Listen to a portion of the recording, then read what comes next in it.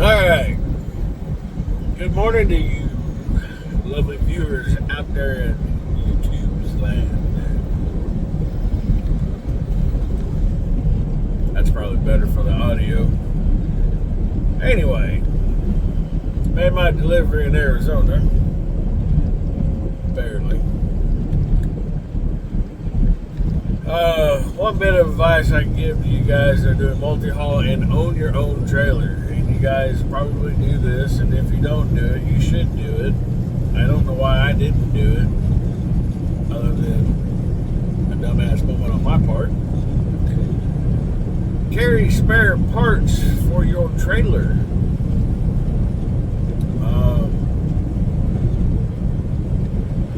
One thing I am going to do is I'm going to make up a little kit to carry, whether it be in a little toolbox or something along that line, that has the inner and outer bearing. I'm going to go from the plastic oil cap to an aluminum oil cap, so hopefully that's not an issue. But the inner and outer bearing, inner and outer race, the wheel seal, spindle nut washer, lock washer, and then a solenoid for the winch. So, yeah, and maybe even a spare motor. I don't know yet. I don't know how feasible that or how that would fare riding around in the truck, beating around, but it probably would be handy.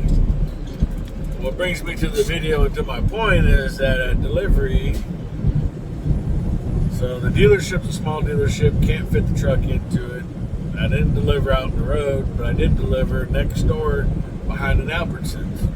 And for those of you who don't know what Albertsons is, that is a grocery store. So I'm in the back of the store along the fence line in some parking spaces that I barely fit in.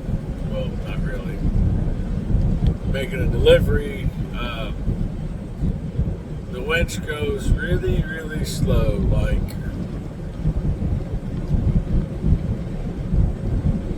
about that slow.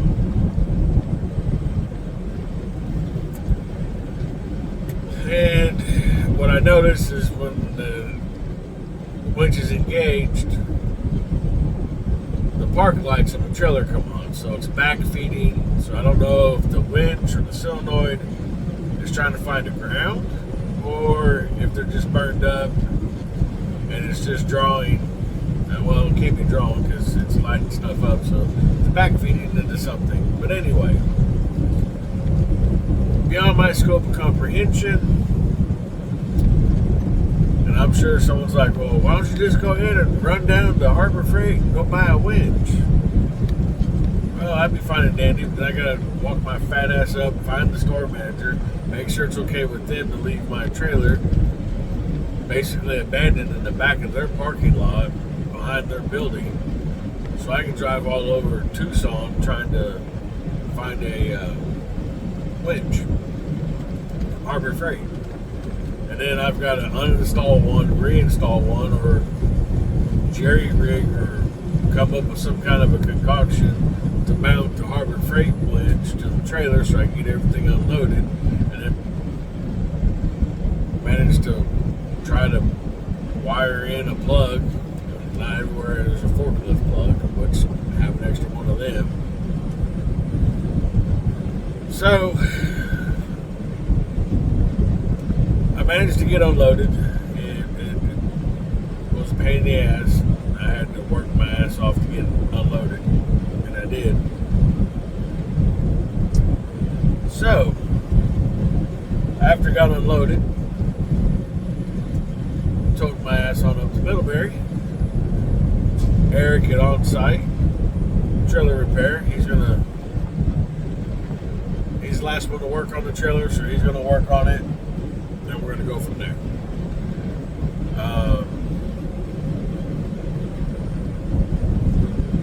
Yeah, so that's what I'm doing. Presently, I'm in Oklahoma. Look at that beautiful almost sunrise. Man. Mile marker 57-ish. And so, yeah. Usually I'm still asleep by now. But I'm not. I'm up, I'm rolling. With the fuel discount today, we're in the $4.30 range. I'll take that all day long. Coming out, I was at $5.38 to $5.60. I did catch Brussels there in, I guess, be San Juan or Geronimo or whatever.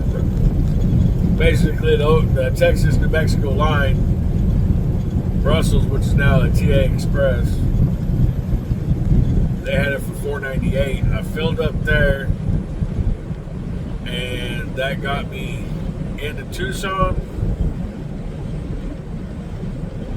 Well, yeah, it got me to Wilcox, stayed night at Wilcox, then bounced into Tucson, delivered, bounced out of Tucson, and drove all the way to Amarillo.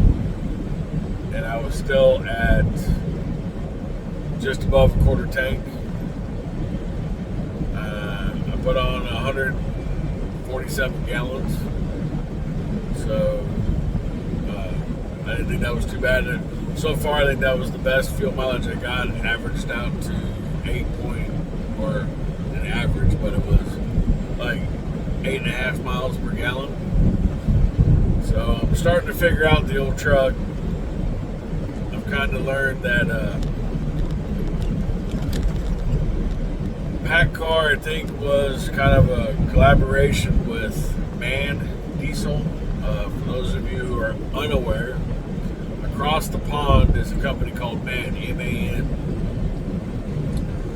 They make cab overs, and they make their own line of diesel engines. If like MAN engines over here are typically in equipment. My buddy of mine, he has a Krone, or not, yeah, Krone? No. Anyway, he's got a chopper, not a motorcycle chopper, a crop chopper. It's got a MAN V12 in it. Yeah, I think it's a Krone. Yeah, pretty sure. Anyway, I've been running. I've got off of the got off of Love's Fuel because that's what Peterbilt, Mississippi said to do. Said to buy any other fuel other than Love's, essentially. And I have found that when I'm empty, and even to load it to a degree, I've been running more and more TA and Petro fuel. Of course, TA Petro is owned by BP. BP has their own wells, their own refinery, so they sell their own fuel. And ironically enough, with our discounts, TA Petro has been cheaper. But the motor seems to like the fuel better. So, coincidence? British Petroleum, man's made over there. Could be. Also want to pass on this little nugget of information that was given to me by Peterbilt. So the PACCAR motor has a centrifuge filter, so it's got a bearing. The filter has a tit on the top, tit on the bottom. Fits inside a bearing in the motor. The oil cap has a bearing in it. Apparently, the cap is manufactured across the pond. So when they make these things, they throw them in the box, put the box in the case, put the case on the pallet, wrap the pallet up, throw it in the container, and ship it across the pond. It warps a little. Jesus. God damn, you gotta ride the line, fucker. Anyway, when they ship it across the pond, if it's during the summer, it literally will change the circle into an oval by 10 thousandths of an inch. And that keeps the cap from screwing on. The problem that I have with this that pisses me off about is the cap is $326. $280 to $326 for a genuine pack car cap. And you fuckers can't send it over here right to begin with? I mean, fuck me.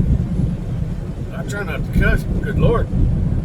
So I am going to buy an aftermarket one and see if that fits better. But what the people Peterbilt told me in Mississippi was take a file the end of the threads off, and then put it on there and kind of get it into a bind, and then undo it and see where it's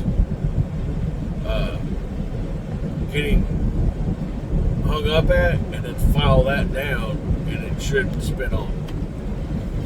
It's nothing like happened to alter a $300 oil cap. Aftermarket ones are like $60. So we're gonna try that too.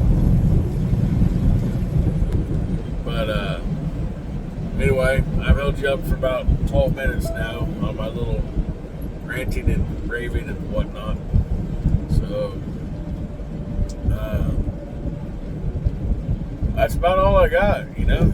Had a good run out, fucking shitty unload, and now we're just gonna beat feet back to Indiana to get this fucking winch fixed and get some parts to keep in the truck. Oh, and I'm getting two toolboxes put on the old trailer because I'm tired of not having any room. I haven't been to Indiana, so I've been behind on trying to get shit done. So yeah. Anyway, that's enough googly boogly blue for me. As always, y'all be safe, y'all be good.